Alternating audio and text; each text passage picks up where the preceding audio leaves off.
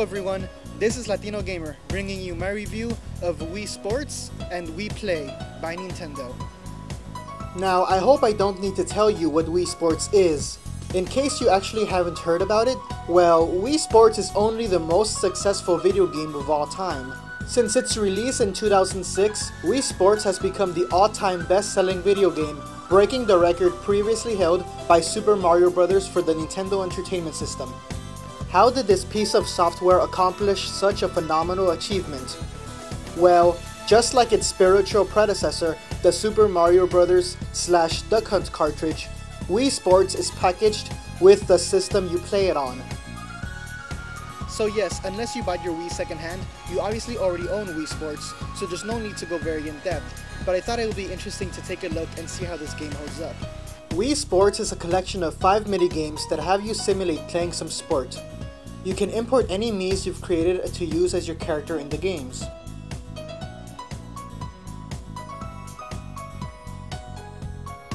In tennis, you play a doubles match against a computer or a second player. This feels very simplified since the movement of your two Mii characters is automatic and all you have to do is swing the Wiimote at the right time to hit the ball. This was obviously meant to be a simple game. Baseball has you take control of a Mii-filled team. Again, all the running around is automatic, as are the outfield plays, so all you really do is take turns pitching the ball and swinging the bat by mimicking the motions with your Wiimote. Golf feels somewhat more in-depth with the option to play a 3 or 9 hole course. As expected, you can aim your swing and strike with the motion of the Wiimote.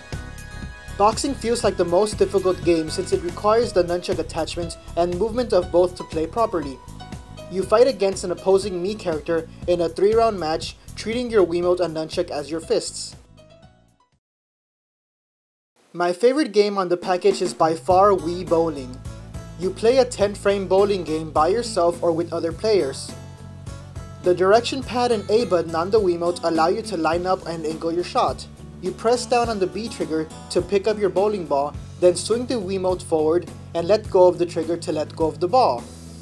The controls for this game are just simple enough for anyone to pick up, but still fun enough to have you coming back for more. Wii Sports as a whole understandably feels like a tech demo for what the Wii's motion controls are capable of. Since then, we've seen full-fledged titles that expand on these controls, like Tiger Woods' PGA Tour, Punch-Out!, Mario Power Tennis, or Backyard Baseball. Third parties have also come along and made similar collections with more games, like Deca Sports, which contains 10 sports simulations. Of course, there's another video game that's been selling very well ever since the Wii's launch. Wii Play is the best-selling video game when you exclude those bundled with their console. It continues to sell so well because it comes bundled with a Wiimote, sleeve and all. Just like Wii Sports, Wii Play is a collection of minigames and you can use your Miis here as well. You start off with one game and completing each game opens up the next. Shooting Range is somewhat of a remake to Duck Hunt, which includes the same view and the iconic ducks. I found this combination of target and skeet shooting surprisingly fun. It's a short game and doesn't have the depth or longevity of Link's crossbow training, but it does have multiplayer, making it a more than decent party game as well as a nostalgic throwback to the first video game I ever owned. Too bad it doesn't include an orange gun. Find Mii is basically Where's Waldo, making you find the correct Mii character depending on the criteria. This is my least favorite game on the collection since you're not really doing anything you couldn't do with a book and a watch. Table tennis is a nice game for beginners. Returning the ball isn't very difficult and you do have some control since you can lunge the Wiimote forward harder to swing harder, but the lack of depth makes me feel ping pong enthusiasts won't stick around to play it for long. Pose Mii isn't that fun for very long either, but the inclusion of power-ups at least mixes the gameplay up slightly. All you do is hold your Mii in position on the screen using the Wiimote and rotate it into the right position to fit into the falling bubbles, which causes them to burst. It can get quite difficult if you play it for long enough, but I was bored before that point. Laser hockey looks like Pong, with lasers. It's more like air hockey though. You move and rotate the Wiimote to control your paddle. It might sound very simple.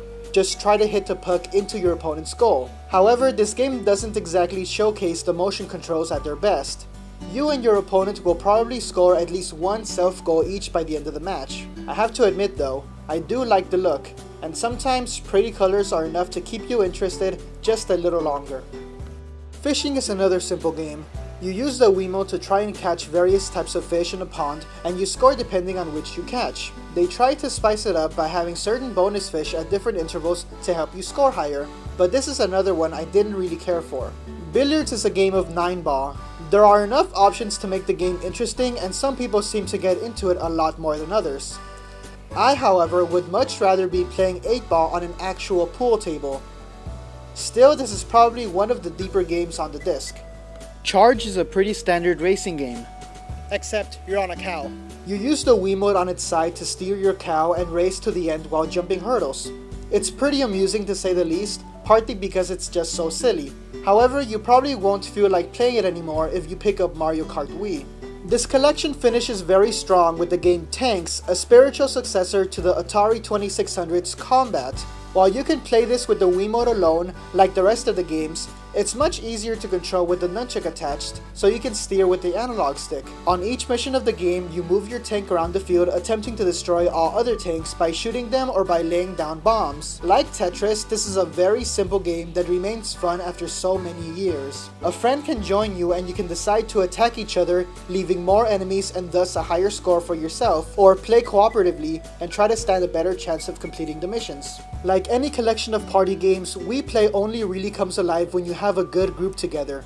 The people you have with you ultimately decide how much enjoyment you'll receive from each game. As a one-player game, only the shooting range and tank games have me coming back for more. If you only ever play single-player games and thus have no need for a second Wiimote, then there's no point in picking up this bundle for $50. If you're planning on getting a second Wiimote anyways, which go for $40 new, then I'll say the same thing about Wii Play as I say about Shadow the Hedgehog. It's worth the $10. Thank you for listening, and happy gaming.